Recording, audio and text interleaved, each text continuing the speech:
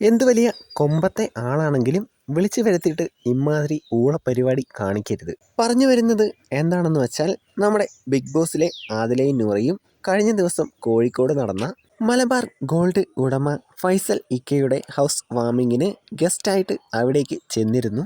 Cinema മേഖല, YouTubers തുടങ്ങിയ എല്ലാ മേഖലയിൽ നിന്ന് ഉള്ളവരും ഗസ്റ്റായിട്ട് ഹൗസ് വാമിങ്ങിന് എത്തിയിരുന്നു. ആദിലയും നൂറയും ഗസ്റ്റായിട്ട് വന്ന് ഫോട്ടോ എല്ലാം എടുത്ത് നല്ല രീതിയിൽ സഹകരിച്ചിട്ടൊക്കെ പോയി. പിന്നീടാണ് ഫൈസൽ ഇക്കയുടെ FB പോസ്റ്റ് വരുന്നത്. പുള്ളിക്കാരൻ്റെ പോസ്റ്റ് ഇങ്ങനെയാണ്: എൻ്റെ ഗൃഹപ്രവേശന ചടങ്ങിൽ സമൂഹത്തിലെ പ്രമുഖരായ വ്യക്തികളെല്ലാം പങ്കെടുത്തു.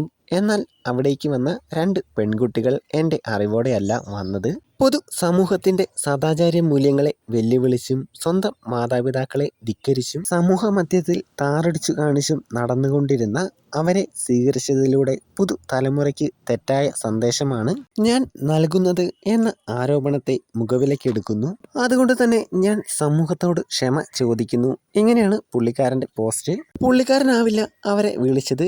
ഗസ്റ്റുകളെല്ലാം വിളിക്കുന്നത് മാനേജ്മെൻ്റ് ആയിരിക്കും. അത്ര അടുപ്പമുള്ളവരെ മാത്രമേ പുള്ളി നേരിട്ട് വിളിക്കൂ. അത് സത്യമായിരിക്കും. എന്നാലും ഇമാതിരി ഊളപ്പരിപാടിയാണ് ചെയ്യേണ്ടത്. ആദില നൂറ വലിഞ്ഞു കയറി ചെന്ന പോലെയാണ് പുള്ളിക്കാരൻ്റെ പോസ്റ്റ്.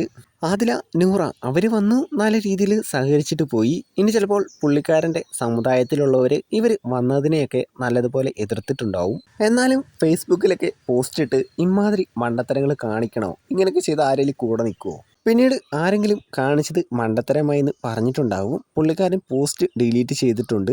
എന്നാലും പോസ്റ്റ് ഫുള്ള് ഷെയറായിട്ട് പോയിട്ടുണ്ട്. എന്നാലും പുള്ളിക്കാരനിട്ട അവസാന പോസ്റ്റ് ഞാൻ ചുമ്മാ കയറിയെന്ന് നോക്കി. അതിലെല്ലാം ആൾക്കാർ കയറിയിട്ട് നല്ലപോലെ പൊങ്കാലിടുന്നുണ്ട്. പുള്ളിഞ്ഞ് എന്തായാലും 1 മാസത്തേക്ക് എയറിലായിരിക്കും.